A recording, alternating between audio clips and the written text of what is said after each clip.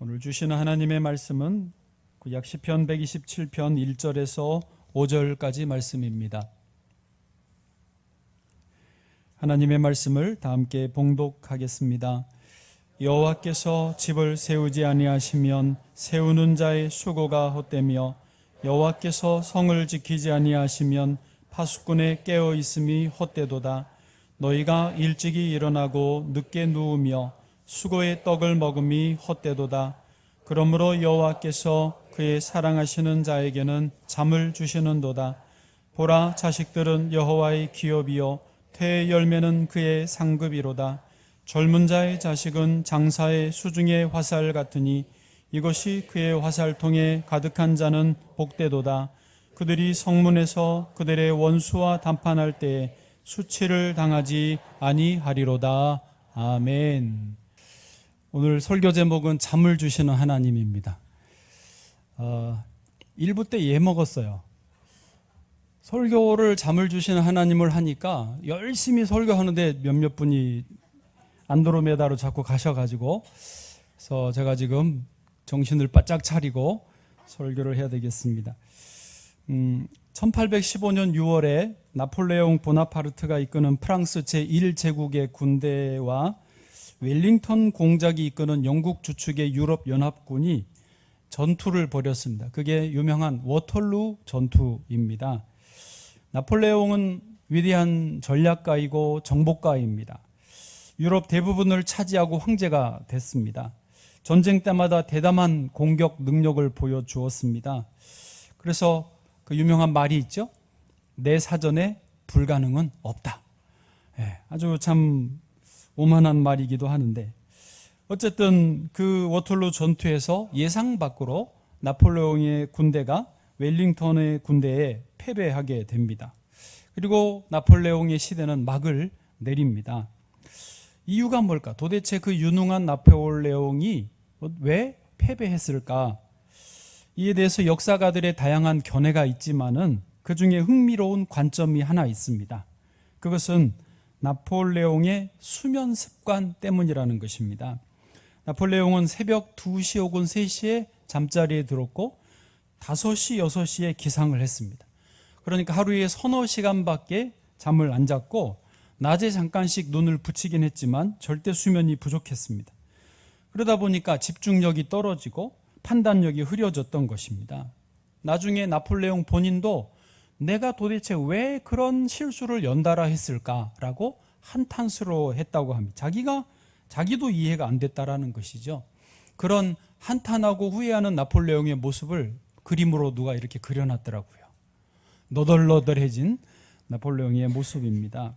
이 전투에서 패배한 나폴레옹은 황제에서 폐위되고 북대서양 섬 세인트 헬레나 섬으로 유배되어서 6년 지내다가 51세라는 젊은 나이에 거기서 생을 마감을 합니다. 이 나폴레옹과 싸웠던 웰링턴 공작은 나폴레옹과 비교하면 매우 규칙적인 생활을 하는 사람이었습니다. 하루 평균 7, 8시간은 꼭 잠을 잤고, 그러다 보니까 낮에는 좋은 컨디션, 그래서 중요한 판단을 내릴 때는 분석을 잘하고 정확한 결정을 할 수 있었다라고 하는 것이 역사가들의 설명입니다. 한번 사진 보시면 웰링턴 공작을 그린 그림들이 많이 있는데 저는 저게 좀 마음에 들었습니다. 손에 뭘 들고 있죠? 네, 시계를 들고 있습니다. 어쨌든 그 나폴레옹을 무너뜨린 웰링턴, 규칙적인 생활, 충분한 수면을 했던 웰링턴 공작입니다. 오늘 주제는 잠인데요. 여러분, 우리는 다 알고 있습니다. 잠을 잘 자는 것이 중요하다. 잠을 잘 자야 내 건강도 좋고 삶의 만족도도 좋고 낮 시간에 하는 일도 잘 된다라고 하는 것입니다. 그래서 오늘 하나님은 성경에서 2절에 보니까 여호와께서 그의 사랑하시는 자에게는 잠을 주시는도다. 여러분, 하나님이 여기다가 그의 사랑하시는 자에게 돈을 주시는도다 라고 하지 않으셨어요. 금을 주시는도다 하지 않으셨어요. 만약에 사랑하시는 자에게 돈을 주시면 그 받은 돈 또 어떻게 불려야 되나, 어디다 투자해야 되나 고민하고 잠을 못 잘 거예요. 그래서 아예 자라라고 잠을 사랑하신 자에게 주십니다. 어쨌든 이 말씀은 여러분도 다 좋아하시죠? 특히 예배 시간에 설교가 좀 졸리면은 이 말씀을 스스로 읊조립니다. 평소에는 말씀을 읊조리지 않아도 요때 사랑하시는 자에게 잠을 주신다 그래서 냠냠하고는 꿈나라로 가시는 분도 있습니다. 여러분 이 말씀을 오해하지 마시고 아무 때나 특히 예배 시간에 자라고 주신 말씀은 절대 아닙니다.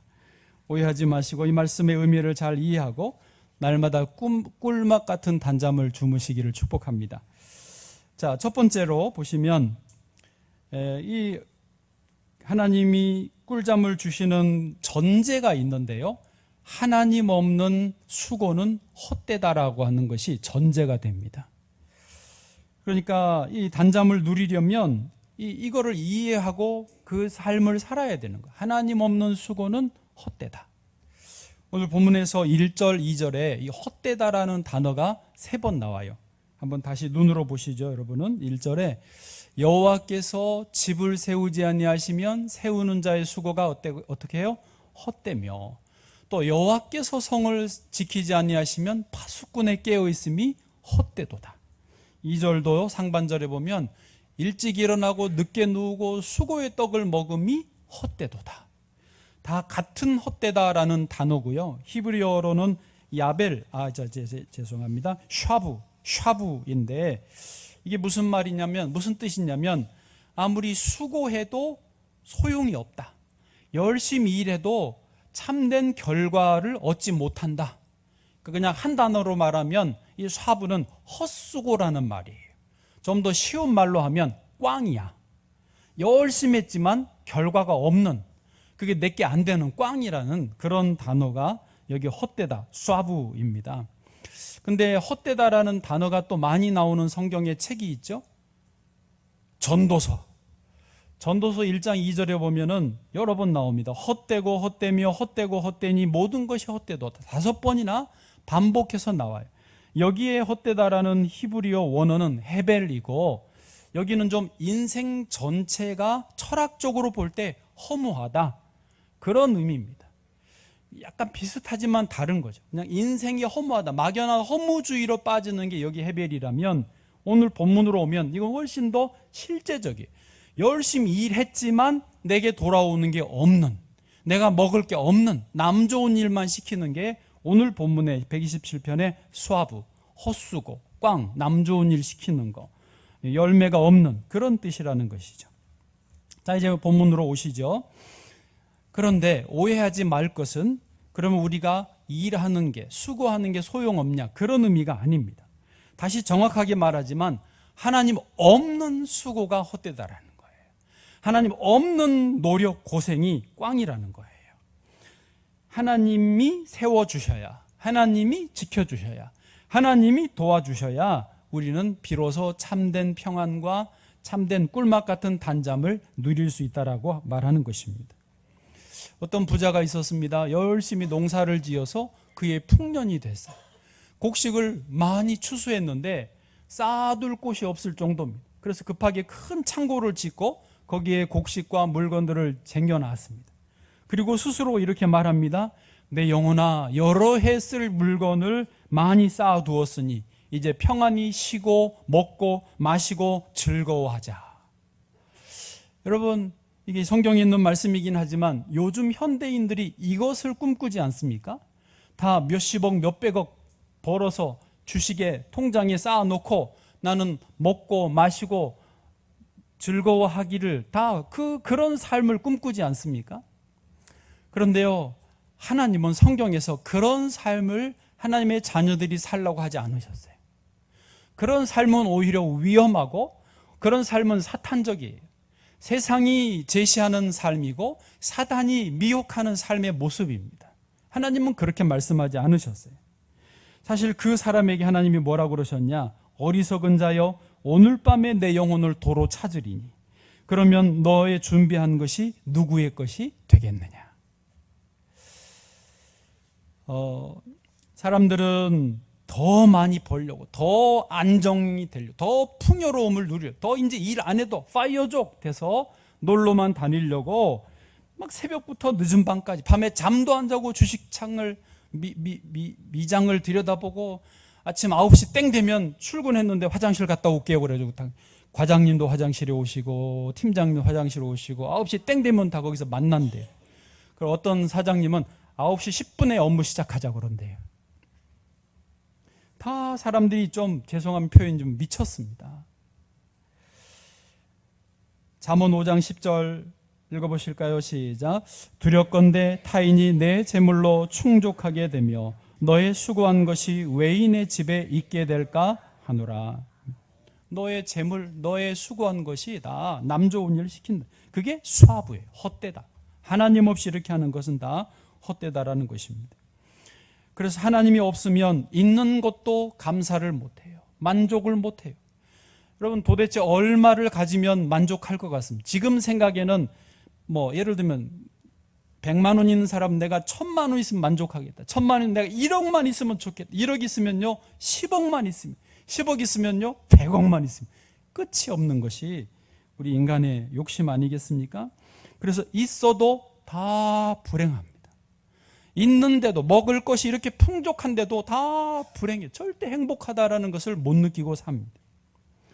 저는 아프리카에서 3년밖에 안 지냈지만은 그 사람들 하루에 2끼 먹습니다. 다이어트 하려고 하니 없어서 못 먹는 거예요. 고기 거의 못 먹습니다. 1년에 한 번 먹을까 말까 합니다. 그냥 멀건 죽에 이거 그 떼프라고 하는 걸로 만든 인제라 손으로 싸서 먹습니다. 그냥 채소만 먹습니다. 그것도 없어서 못 먹어요. 우리는 얼마나 감사한지 모릅니다. 또 그레이스, 은혜라는 주제 혹은 감사하는 노인의 기도라는 제목으로 알려진 그림이 있습니다. 한번 보실까요? 1918년 미국 미네소타주의 한 사진관에 저 노인이 찾아왔습니다. 자기 사진을 찍어달라고 찾아온 게 아니고 신발 털개를 팔려고 찾아왔어요. 신발 털개 하나 해봐요. 얼마 하겠습니까? 또 누가 사겠습니까? 이 노인의 옷차림은 남루했고 머리는 백발이고 몹시 피곤해 지쳐 있었습니다. 그 사진관의 주인에게 신발 털개를 사달라고 했는데 자기는 필요 없다고 그런 거예요. 그러니까 노인이 부탁합니다. 미안한데 내가 잠깐만 쉬었다 가도 되겠냐고. 그러시라고. 테이블에 앉아서 가방에서 주섬주섬 빵을 꺼냅니다. 그러니까 사진관 주인이 아마 수프를 대접을 했던 모양이에요. 저렇게 빵과 스프를 넣고 노인이 잠시 두 손을 모으고 감사 기도를 드리는데 사진관 주인이 볼 때 너무 그 장면이 감동적이에요. 그래서 흑백 사진이지만 그때 찍었습니다. 그리고 나중에 그 사진을 딸에게 보여주니까 딸이 유화로 그것을 칼라로 그림을 그린 거예요. 그래서 미네소타 그림전에 냈고 미네소타 그림, 주 그림으로 선정이 됐습니다. 이때가 1918년이니까 1차 세계대전 끝나고 얼마 안 돼서 사람들이 다 경제적으로도 어렵고 정신적으로도 힘든 때였습니다. 그런데 저 노인의 감사하는 모습을 보고 사람들이 우리에게 감사할 것이 있구나.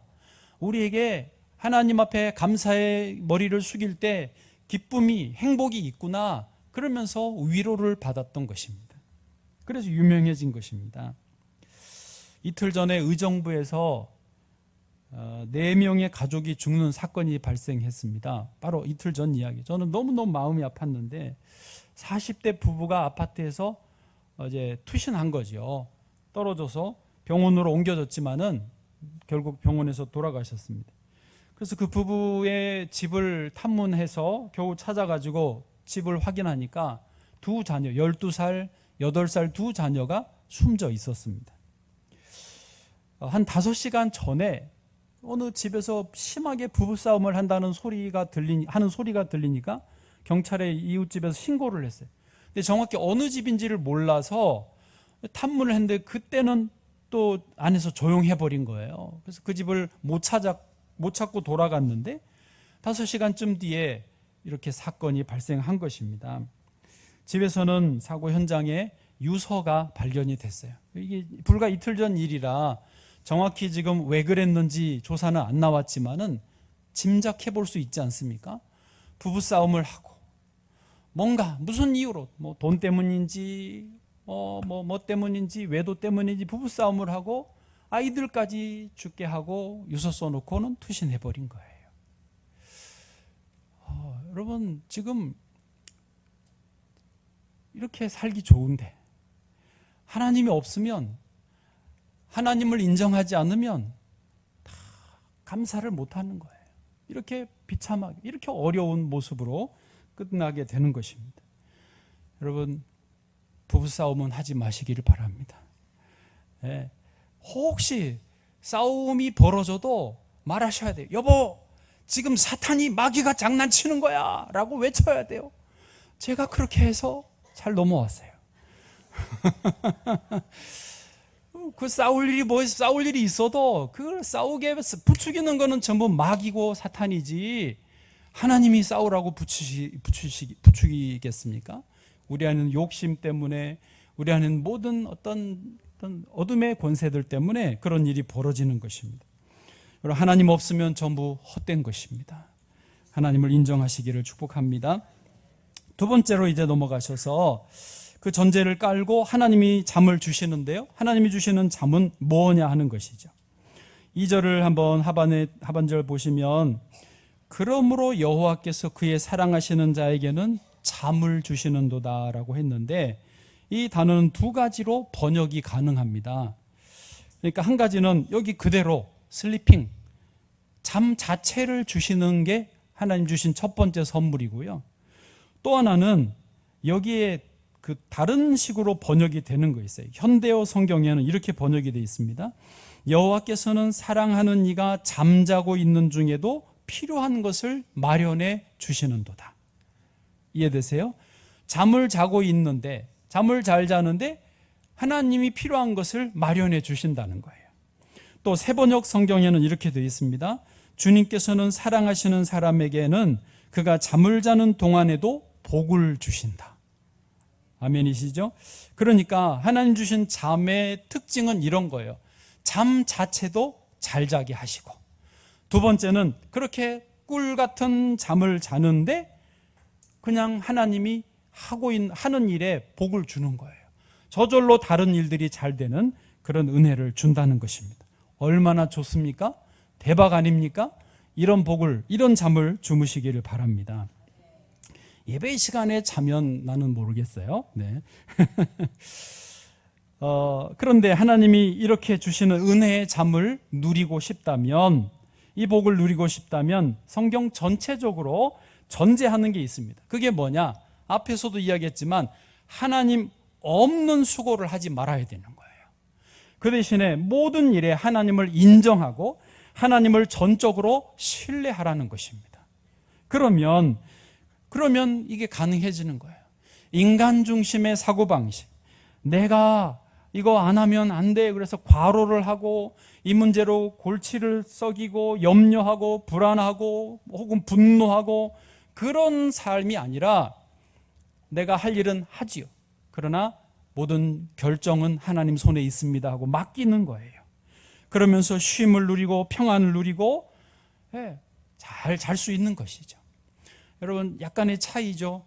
에이 모르겠다, 잠이나 자자, 그런 거하고 모든 문제를, 결과를 주의 손에 맡겨드립니다, 저는 주께 맡겼으니 이제 잡니다 라고 자는 거하고는 다른 거지요.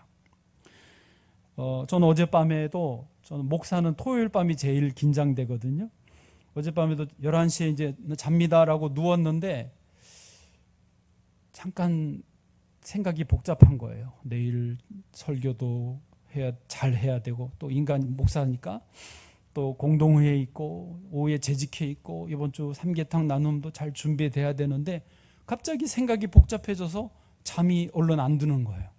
그래서 내려왔습니다. 침대에 내려와 방바닥에 주저앉아가지고 기도했습니다. 하나님, 내일 설교도 주님이 인도해 주옵소서, 공동회도 주께서 인도해 주옵소서, 재직회, 삼계탕 나눔 다 주의 손에 맡겨드립니다. 이제 저는 잠을 자야 되겠습니다. 잘 자게 해주세요. 그리고 잤어요. 잠이 안 들 것 같더니 진짜 잘 잤고, 새벽 5시에 제가 알람이거든요. 깜짝 놀라서 알람 소리에 깼습니다. 잠언 16장 1절을 보실까요? 잠언 16장 1절 시작. 마음의 경영은 사람에게 있어도 말의 응답은 여호와께로부터 나오느니라. 아멘. 거기 경영이라는 단어는 생각입니다. 마음의 생각. 그런데 저 단어가 복수예요. 여러분, 사람 마음 안에 생각이 하나만 있나요? 저기는 단수처럼 써 있지만 수많은 생각이 우리 안에 있습니다. 마음의 생각들이 많아요. 그런 그게 사람에게 있지만 그 말의 응답은, 그게 실행되는, 그것도 복수거든요. 응답도 여호와께로부터 나온다라고 분명히 말씀하고 있습니다. 그렇습니다. 범사를 하나님께 맡기는 거예요. 우리는 성공과 실패도 하나님 손에 맡기고, 이 일이 잘 되든지 안 되든지 하나님 손에 맡기고, 우리가 신경 써야 할 것은 하나님과 나와의 관계에 초점을 맞춰야 되는 거예요. 하나님과 나의 관계. 하박국 선지자가 이것을 정확하게 표현했습니다. 하박국 3장 17절 시작. 비록 무화과 나무가 무성하지 못하며 포도나무에 열매가 없으며 감람나무에 소출이 없으며 밭에 먹을 것이 없으며 우리의 양이 없으며 외양간에 소가 없을지라. 여러분, 큰일 아닙니까? 아무것도 없으면 뭐 먹고 살아요? 큰일 났어요. 그런데 18절 하박국이 뭐라고 합니까? 시작. 나는 여호와로 말미암아 즐거워하며 나의 구원의 하나님으로 말미암아 기뻐하리로다. 아멘. 즐거워하고 기뻐하는 이유가 무엇입니까? 외양간의 송아지 때문입니까? 포도원의 수출 때문입니까? 아닙니다. 여호와 때문에 즐거워하고 기뻐한다는 것입니다. 여러분, 이게 하나님의 사람들의 삶의 방식이에요. 사고방식이어야 되는 것입니다. 19절에는 아예 선포합니다. 제가 읽어드려요. 주 여호와는 나의 힘이시라. 나의 발을 사슴과 같게 하사 나를 나의 높은 곳으로 다니게 하시리로다. 아멘. 하박국같이 저와 여러분도 고백하기를 원합니다. 7월 8월 추천도서가 뭐지요? 약속입니다. 이용규 선교사님이 썼는데요. 이분은 서울대를 나오고 미국 하버드대에서 박사학위를 마친 분입니다. 그런데 하나님이 선교사로 가라고 그래서 다 내려놓고 몽골 선교사로 갔습니다. 7년을 거기서 섬겼는데 또 이제 할만하니까 인도네시아로 가라고 그러십니다. 그래서 인도네시아로 옮겨서 지금 13년째 있으면서 JIU, 자카르타 인터내셔널 유니버시티, 자카르타 국제대학을 설립하고 총장으로 섬기고 있습니다. 몇백억이 들어간 한 건물을 짓는데 50억씩 들어가서 초중고 대학을 설립해서 한국으로 치면은 저 분당이나 판교 같은 위치, 자카르타 수도 근교 1시간 거리의 신도시에 이 대학을 설립해서 운영을 하고 있습니다. 학생들이 수천 명입니다. 여러분, 이슬람 국가에서 기독교 대학을 설립하는 게 애시당초 말이 안 되는 겁니다. 정부가 허가를 안 해줍니다. 자기도 그런 줄 알지만 하나님이 가라 하시니까 갔습니다. 처음에 몇 년 동안은 언어 배우고 적응하고, 그래서 사람도 없고 돈도 없고 설립 허가도 못 받아서 아무 일도 못하고 그냥 시간만 보내고 있었답니다. 자기도 이 시간만 보내고 있을 때 고민이 돼서 하나님께 물었답니다. 하나님, 아무 일도 진행되지 않고 아무 성과도 없는데 제가 여기서 이렇게 세월을 보내는 것이 맞나요? 근데 하나님이 뭐라고 감동을 주셨냐? 너는 지금 일하려고 하지 말고, 일은 내가 다 하고 다 준비할 테니까 너는 나와의 관계에 집중해라. 그래서 선교사님이 그 시간 동안 하나님을 더 알아가고 하나님과의 교제에 집중했다고 합니다. 그래서 하나님과 집중하고 있었더니 몇 년 지나서 어느 순간부터 갑자기 사람 보내줘, 돈 보내줘, 이슬람 그 정부에서도 갑자기 6개월 동안만 대학 설립 허가를 문을 열어주더래요. 그때 다 준비해놨던 거 허가받고, 그리고 돈도 한국교회에서 많이 좀 지원해 주실까 했더니 한국교회는 그만한 여력이 없어요. 50억, 100억씩 어떻게 보냅니까? 한 교회가. 교회들이 아무리 해도. 근데 외국에서 사업하는 한국인 크리스찬들, 사업가들이 그분들하고 연결이 돼서 막 이렇게 몇 억씩, 몇십억씩 보내주더래요. 그래서 지금 몇백억을 들여서 그 어마어마한 프로젝트를 이루고 이슬람 학생들을 받아서 성경적인 신앙교육을 시키고 세계적인 인물들로 지금 키워가고 있다라고 하는 것입니다. 저는 이 약속 책을 읽으면서 공감을 많이 했습니다. 저도 한국에서, 저는 한국에 목회를 하지만 예를 들면 교회 건축 놓고 하나님 왜 이렇게 지지부진해요? 왜 이렇게 안 돼요? 저도 그랬습니다. 우리가 지금 설계를 뭐 이제 기본 설계만 했지만 3번을 했어요. 교회 설계만 다 샤브, 헛수고했어요. 왜냐하면 사이트 위치가 계속 옮겨지는 바람에 설계한 게 다 소용이 없었습니다. 두 번째 설계는 대한민국에서 최고 설계자 승효상 장로님이라고 1호제 건축사무소인데 설계 쪽에 있는 분들은 다 아는 분이에요. 그분에게서 의뢰받아서 설계를 기가 막히게 했는데 헛수고 수하부였어요. 구청하고 같이 하면 금방 될 줄 알았더니 구청 때문에 안 되는 거예요. 안 되는 거예요. 그래서 하나님 왜 이렇게 안 되나요? 기도하는데 요즘에 제가 깨달은 게 그겁니다. 이렇게 지지부진하게 늘어지는 것이 내 뜻이다. 지금 생각해 보니까 그때 못 모르고 턱 해버렸으면요 교회가 애매해질 뻔했어요. 오히려 안 되면서 공부하고 사람 만나고 또 교회를 또 불쌍히 여기시는 분들이 생겨났어요. 그래서 구청에서도 주변에서도 여러분 이게 조합인데 교회만 이렇게 하면 또 조합원들이 좋아하실 리가 없죠. 조합원들이 도와줘야 일이 되거든요. 결국은 하나님이 그것을 만드시고 저에게는 너는 나와의 관계에 집중해라. 제가 그것을 깨닫고 있습니다. 여러분 교회 사역도 그렇습니다. 이제 새로 공동회의를 좀 이따 하면서 직분자분들을 피택을 할 텐데 사람을 세우는 것도 하나님의 손에 있습니다. 어떤 분은 이번 피택자 후보들 중에 말고 어떤 분은 내가 목사님 막 도와줘야 되는데요. 막 물질적으로 팍팍 좀 제가 사업해서 도와드려야 되는 이런 분도 있습니다. 여러분 사람의 도움을 필요로 하지 않습니다. 하나님 물론 사람을 통해서 일하십니다. 그러나 인간적으로 저를 도우려고 하시지 마세요. 그러면 안 됩니다. 그건 맞지 않습니다. 교회의 주인은 누구십니까? 예수 그리스도이십니다. 저도 예수님의 종으로 부름받아서 섬기고 있습니다. 그리고 여러분도 각각이 예수님의 종으로 예수님의 일꾼으로 부름받고 세움을 받는 것입니다. 그래서 우리는 함께 주님을 섬기고 하나님 나라를 확장해 가는데 동역자들일 뿐입니다. 사람이 들어오는 것 혹은 사람이 나가는 것, 사람이 세워지는 것 전부 주님의 주권 아래에서 되어야만 되는 줄로 믿습니다. 저도 그래서 편안함을 가져요. 사실 저 개인적으로는 목사의 심정 중에 인간적이에요. 교인이 떠나가는 거는요 너무너무 고통스러운 일이에요. 그건 길게 설명해봐야 저밖에 모르는 거니까 하여튼 거기에는 저는 노이로제가 걸려요. 얼마나 그게 스트레스인지 몰라요. 괴로워요.